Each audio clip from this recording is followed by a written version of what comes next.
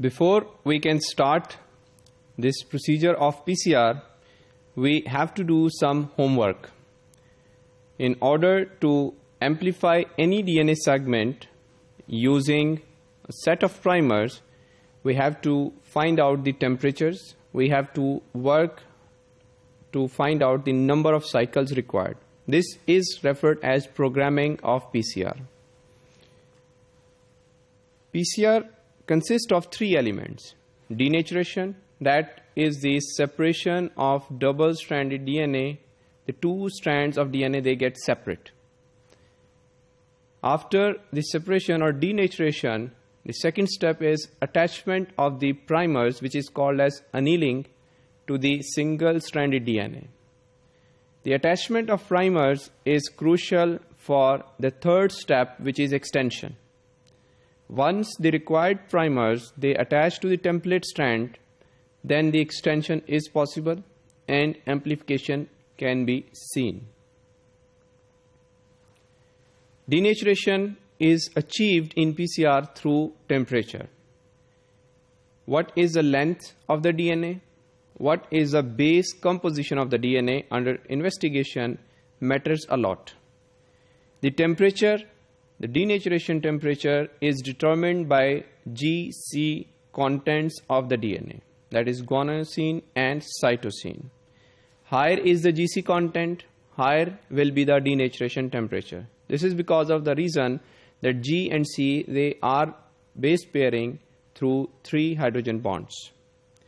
Longer is the DNA, greater time will be required for its denaturation. While performing this method, if the temperature is not calculated correctly and it is low as we should have used, it will cause 80 rich regions to separate, but the denaturation of full length of DNA will not be achieved. And if the temperature is low, re-annealing can also happen so that DNA goes back to its native form. While working with the Taq polymerase, the denaturation temperature which is practiced or which is used is 94 to 95 degrees centigrade. Taq polymerase is the only enzyme which can withstand such a high temperature for 30 cycles or more cycles of PCR. For a standard PCR reaction, the denaturation conditions with the DNA sample having GC contents 55% or less, time for denaturation should be 45 seconds at 94 to 95 degrees centigrade. If the GC contents are more, then there would be problem or we need more time for denaturation. After the denaturation, we have to talk about annealing temperature. As from 94 degrees centigrade, we have to drop the temperature, and the annealing temperature is critical because that determines if the primers bind to the template strand or not. Too high annealing temperature, poor annealing of the primers. Too low annealing temperature, non-specific annealing, means the primer will bind to non-specific sequences and will try to amplify those areas which are not our interested areas. Annealing temperature is calculated keeping in view the melting temperature. The melting temperature is the temperature at which the primers separate from the DNA template. Annealing temperature should be 3 to 5 degrees centigrade lower than the melting temperature, and if still the results are not clear, we have to try a range of temperature 2 to 10 degrees centigrade below the melting temperature. We have to optimize the annealing temperature in multiple PCR reactions, keeping in view the sequences of bases in the primers. Then the third step is extension, which is achieved at 72 to 78 degrees centigrade because this is the best temperature range for working of Taq polymerase. Once we program the PCR and we set it up and we start it, then we have to see from which cycle of the PCR we will get our required DNA or DNA fragment amplified. This figure shows you the first cycle, the template DNA. Then we have the red color area, that is our gene of interest.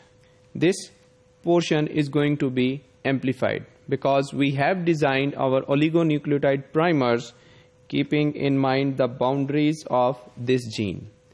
In the first reaction or in the first cycle, we can see that the two parental strands, they are denatured, primers annealed, extension of these primer occurred.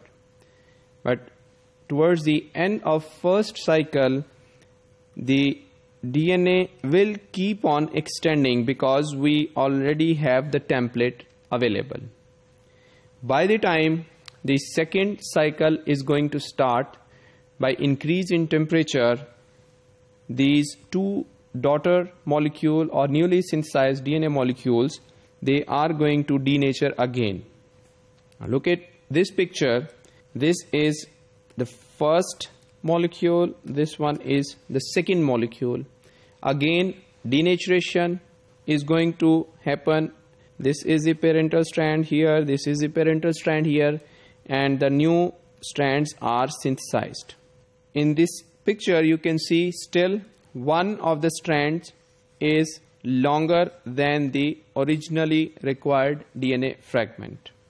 This is the third cycle of PCR when we are going to get double-stranded DNA of our required gene or the DNA fragment exact length. And from third cycle onward, there will be increase in number of that specific DNA molecule.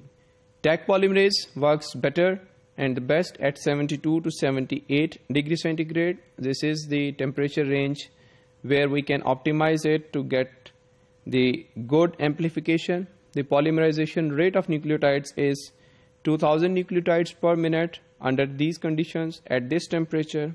As a thumb rule, we should carry out the extension for 1 minute for every 1000 base pair product. In some labs, the last cycle is extended for extension, and the idea is to maximize the extension of the DNA strand from reading the template strand. But overall, if it has been reported, overall it has been seen that it is not going to make any significant change in the results. How many number of cycle should we plan at the beginning of the PCR? It depends on the quantity or number of DNA molecules in the sample. That helps you to decide whether you should go for 30 cycles, 20 cycles, 25 cycles or more. As a general rule, with a single copy DNA, minimum 25 cycles of polymerase chain reactions are required to get some noticed or to get some acceptable level of amplification.